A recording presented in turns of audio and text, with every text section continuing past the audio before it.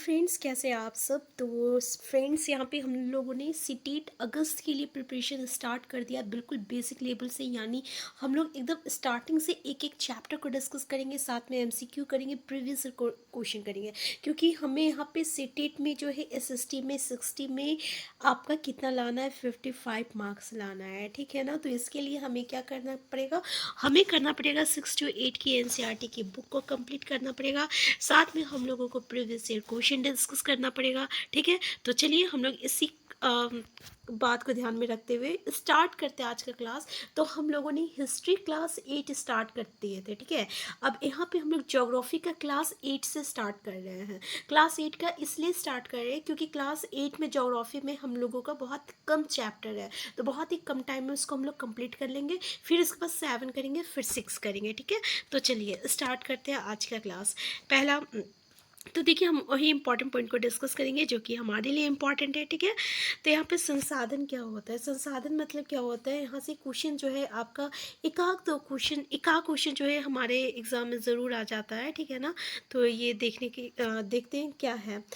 तो जल, विद्युत, रिक्शा, सब्जियां, पाठ्य पुस्तक सभी में कुछ एक जैसा क्या है। उनमें सभी वस्तुओं का उपयोग आपके द्वारा किया गया है, इसलिए वो उपयोगी है। एक वस्तु अथवा पदार्थ की उपयोगिता अथवा प्रयोज्यता उसे एक संसाधन बनाती है। प्रयोज्यता में क्वेश्चन आया है, मतलब उपयोगी। अगर किसी चीज़ का हम उपयोग कर रहे हैं तो उसकी उपयोगिता जो होती है, ठीक है ना, उसी को हम लोग प्रयोज्यता कहते हैं, ठीक है। अगर हम उसको उपयोग कर रहे हैं, इसका मतलब क्या है, वो प्रयोज्यता हो गया। तो उसी की उपयोगिता ही उसको क्या बनाते हैं, यहाँ एक संसाधन बनाता है, ठीक है। तो संसाधन क्या है, अगर किसी भी वस्तु को अगर हम लोग उपयोग कर रहे हैं तो उसकी उपयोगिता ही उसको क्या बनाता है, एक संसाधन बनाता है, ठीक है। तो यहाँ पे देखिए मूल्यवान। तो जैसे कि आपको पता है कि कुछ संसाधन जो होती है बहुत ही मूल्यवान होती है, कुछ जो होते हैं नहीं होता। अगर हम बात करें आपका सोना का, ये भी एक संसाधन है, तो आप देख सकते हैं वो कितना वैल्यूबल है। अगर हम बात करें बालू का, ठीक है, तो आप देख सकते हैं, ठीक है, कि उसकी कितना जो है मूल्य है। तो मूल्य का अर्थ होता है महत्व होता है, ठीक है। जिसका जितना महत्व होता है उसका उतना ज़्यादा मूल्य जो है बढ़ता जाता है, ठीक है। तो परंतु ये दोनों संसाधन महत्वपूर्ण है और मनुष्य की आवश्यकता को पूरा करते हैं। कुछ संसाधन समय के साथ आर्थिक रूप से मूल्यवान हो सकते हैं। आपकी दादी की घरेलू नुस्खे के आज कोई वाणिज्यिक मूल्य नहीं है, लेकिन यदि वो पेटेंट करने के उपरांत मेडिकल फर्म द्वारा बेचे जाते हैं तभी वो आर्थिक रूप से मूल्यवान हो सकता है। मतलब आप समझ रहे हैं पेटेंट क्या होता है, इसका तात्पर्य क्या होता है, उसका आविष्कार अगर हो जाता है, ठीक है। जैसे दादी का नुस्खा है कि अगर आपको सर्दी होता है तो आप तुलसी पत्ता का चाय बना के पीजिए, ठीक है, उसमें अदरक डाल के। तो इसका भी कोई वैल्यू नहीं है, मार्केट में इस चीज़ का कोई वैल्यू नहीं है। लेकिन अगर इसी पे अगर इन्वेंशन होता, डिस्कवरी होता और इसी पे कुछ आपका प्रोडक्ट निकल के आ जाता, तुलसी में पत्ते में अदरक डाल के उसकी कोई मतलब कि लिक्विड आ जाता, ठीक है ना, इस तरीके से। और खांसी में, और जब खांसी होता है, कफ होता है, तो उसमें आपको यूज़ करने के लिए दिया जाए और बोला जाए कि हाँ ये अब ये ठीक हो जाएगा। तो अब ये इस चीज़ को हम लोग पैटेंट कहते हैं। तब उसका वैल्यू जो रहता है ना, तब इंक्रीज हो जाता है, ठीक है। ये समझ में आ गया। प्रौद्योगिकी क्या होती है, किसी कौशल करने अथवा वस्तु बनाने में नवीनता ज्ञान का अनुप्रयोग प्रौद्योगिकी है, ठीक है। समय और प्रौद्योगिकी दो महत्वपूर्ण कारक है जो पदार्थों को संसाधन में परिवर्तित करते हैं। तो समय और प्रौद्योगिकी की ये दो महत्वपूर्ण कारक होता है जो किसी भी पदार्थ को जो है संसाधन में परिवर्तित करता है। दोनों लोगों की आवश्यकता से संबंधित है। लोग स्वयं ही सबसे महत्वपूर्ण संसाधन है। अच्छा, आपको पता है ना, मानव ही सबसे बड़ा संसाधन है, क्योंकि अगर मानव नहीं रहेगा तो कोई भी चीज़ जो रहेगा वो संसाधन हो ही नहीं सकता है ना। तो यहाँ पे देखिए क्या बोल रहे हैं, आविष्कार और खोज ही है जो और अधिक संसाधनों की रचना करते हैं। प्रत्येक खोज अथवा आविष्कार से बहुत से अन्य खोज एवं आविष्कार होते हैं। आग की खोज से खाना पकाने की पद्धति एवं अन्य प्रक्रियाओं का प्रचलन हुआ, जबकि पहिए के आविष्कार से अनंतः परिवहन की नवीनतम विधियों का विकास हुआ। जल विद्युत बनाने की प्रौद्योगिकी ने तेजी से बहते जल से ऊर्जा उत्पन्न करके उसे एक महत्वपूर्ण संसाधन बना दिया, ठीक है। ये समझ में आ गया। संसाधनों के प्रकार क्या होता है? तो एक होता है प्राकृतिक होता है, एक मानव निर्मित होता है। ये तो आप लोग बचपन से देखते आ रहे हैं कि प्राकृतिक संसाधन क्या होती है और मानव निर्मित संसाधन क्या होती है। प्राकृतिक वो संसाधन होती है जो कि हमें प्रकृति से मिला है, जो नेचर से मिला है, ठीक है? इसको हम लोग इंग्लिश में नेचुरल रिसोर्सेज कहते हैं, ठीक है? जैसे कि प्राकृतिक संसाधन को विस्तृत रूप से, यानी इसमें 2 पॉइंट आता है कि प्राकृतिक संसाधन 2 प्रकार की होती है, एक होती है नवीकरणीय होती है, एक होती है अनवीकरणीय होती है। अब यहाँ से ना सीटेट में हमेशा इसी टॉपिक से क्वेश्चन पूछा जाता है, ठीक है?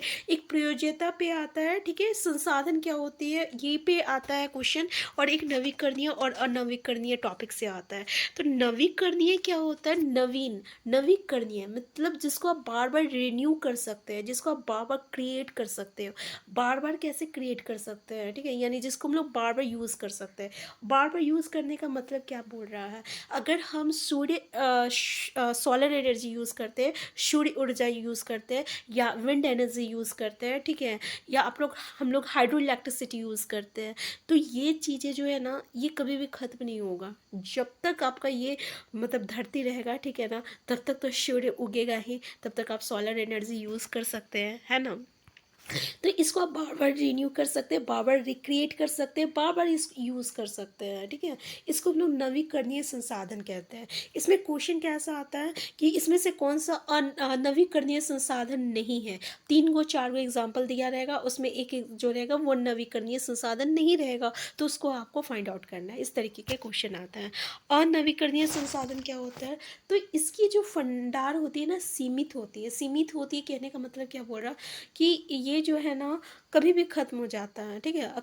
ख़त्म हो सकता है, और अगर ये एक बार ख़त्म हो गया तो इसको बनने में जो है ना लाखों हज़ारों वर्ष लग जाते हैं, करोड़ों वर्ष लग जाता है। जैसे कि हम जैसे कि आप अगर हम बात करें कोयला या पेट्रोलियम, आपको पता है ना कोयला जो रहता है ये जो है नेचुरल रिसोर्सेज है, ठीक है? प्रकृति की देन है। लेकिन इसको इसको मानव निर्मित नहीं है ये, लेकिन इसको बनने में कितना वक्त लगता है आपको पता है ना? बहुत ही वक्त लग रहा है, मिलियंस ऑफ डिकेड एगो कहते हैं, मतलब कि हजारों वर्ष लगता है कोयला बनने में, ठीक है? कोयला बनने में। तो अगर मान लीजिए एक बार ये नेचर से अगर कोयला ख़त्म हो जाता है तो क्या ये मतलब तुरंत ये रिक्रिएट हो जाएगा? नहीं होगा, ठीक है? इसी तरीके से आपका पेट्रोलियम हो गया, तो ये सब चीज़ें जो होती है ना इसको हम लोग अनवीकरणीय कहते हैं, ठीक है?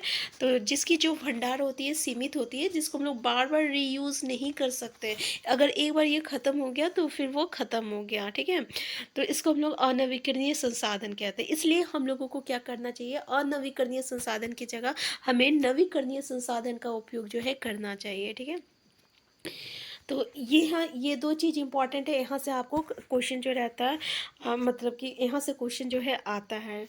देखिए मानव निर्मित संसाधन, अब तो मानव निर्मित संसाधन इसको तो आपको पता है जो कि मानव के द्वारा जो है निर्मित है। अगर हम लोग बात करें ये जो बड़ी-बड़ी बिल्डिंग्स हैं, ठीक है? या जो आपका जो सड़क बनता है, जो रेल है, जो एरोप्लेन है, जितनी भी मशीन्स है, जितने भी प्रौद्योगिकी है, ये सब क्या है? ये तो आपका नेचुरल रिसोर्सेज़ नहीं है, ये तो आपका मानव निर्मित है, ठीक है? यानी मैन मेड थिंग हो गया। तो इसको हम लोग क्या कहते हैं? मानव निर्मित संसाधन कहते हैं, ठीक है?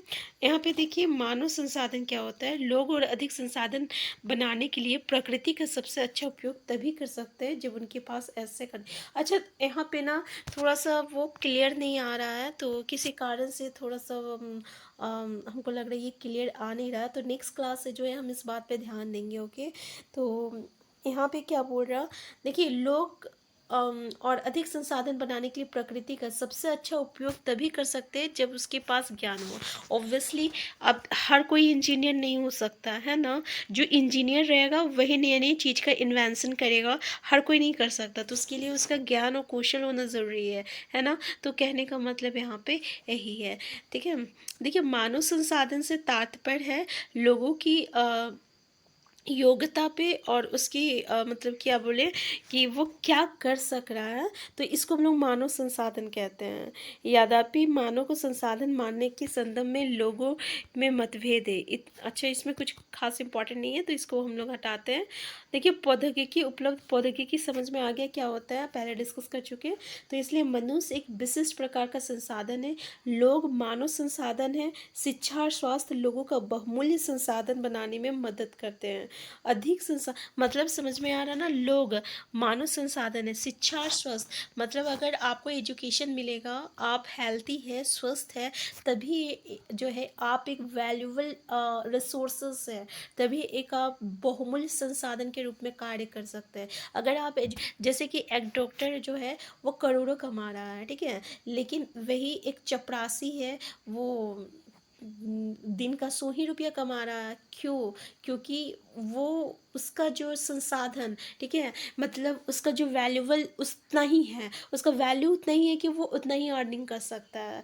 तो कहने का मतलब यहाँ पे ये है, ठीक है ना। तो मानव संसाधन विकास क्या कहलाता है ये समझ में आ गया कि एजुकेशन ही जो है ये मानव विकास, मानव संसाधन विकास कर सकता है, ठीक है। यानी किसी कौशल, लोगों की कौशल में सुधार करना ही मानव संसाधन विकास है। जैसे कि गवर्नमेंट जो है स्किल डेवलपमेंट निकालता है ना, लोगों को प्रशिक्षित करता है, फिर उसे जॉब देता है, तो वो क्या कर रहा है, मानव संसाधन विकास कर रहा है, ठीक है ना।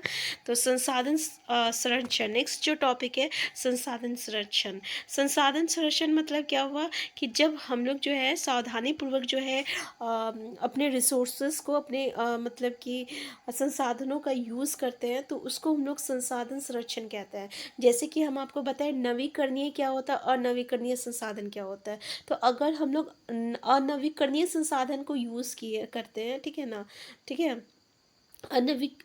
नवीकरणीय संसाधन को यूज़ करते हैं, और अनवीकरणीय संसाधन का इस्तेमाल ज़्यादा नहीं करेंगे, तो इससे क्या होगा कि हम संसाधन संरक्षण कर रहे हैं। मतलब जहाँ हमें मतलब कि आपको जहाँ कोयला यूज़ करना है वहाँ पे हम लोग क्या करेंगे, सोलर एनर्जी यूज़ कर रहे हैं, ठीक है। तो इसको हम लोग कहते हैं, देखिए इसको सतत पोषणीय विकास किसको कहते हैं, इसको इंग्लिश में हम लोग सस्टेनेबल डेवलपमेंट कहेंगे। सस्टेनेबल डेवलपमेंट क्या होता है, तो अगर हम प्रेजेंट मतलब कि फ्यूचर के लिए प्रोटेक्ट करके प्रेजेंट का सिर्फ यूज़ कर रहे हैं, मतलब कि कैसे बोले कि भविष्य को रखते हुए कि नहीं इसका इस्तेमाल हमें भविष्य में करना है, ठीक है। संतुलन बनाए रखना, संसाधनों का उपयोग करने की आवश्यकता और भविष्य के लिए उनका संरक्षण में संतुलन बनाए रखा, इसी को हम लोग सस्टेनेबल डेवलपमेंट कहते हैं। मतलब प्रेजेंट में यूज़ करते हुए हमें फ्यूचर के बारे में भी सोचना है और फ्यूचर के लिए उसको स्टोर करके रखना है, तो इसको हम लोग सस्टेनेबल डेवलपमेंट यानी सतत पोषणीय विकास कहते हैं, ठीक है। तो इसमें आपको समझ में आ गया ना कि संसाधन संरक्षण क्या होता है, ठीक है। इसमें और कुछ खास इंपॉर्टेंट नहीं है। नेक्स्ट जो है यहाँ पे देखिए, जैसे यहाँ पे कुछ विकास के कुछ सिद्धांत हैं, जैसे कि जीवन के सभी रूपों का आदर और देखभाल, मानव जीवन की गुणवत्ता को बढ़ाना, पृथ्वी की जीवन शक्ति और विविधता का संरक्षण, प्राकृतिक संसाधनों के ह्रास को कम से कम करना, पर्यावरण के प्रति व्यक्तिगत व्यवहार और अभ्यास में परिवर्तन, ठीक है। तो यहाँ पे जो भी इम्पोर्टेंट था वो हम लोग यहाँ पे डिस्कस कर चुके हैं, ठीक है।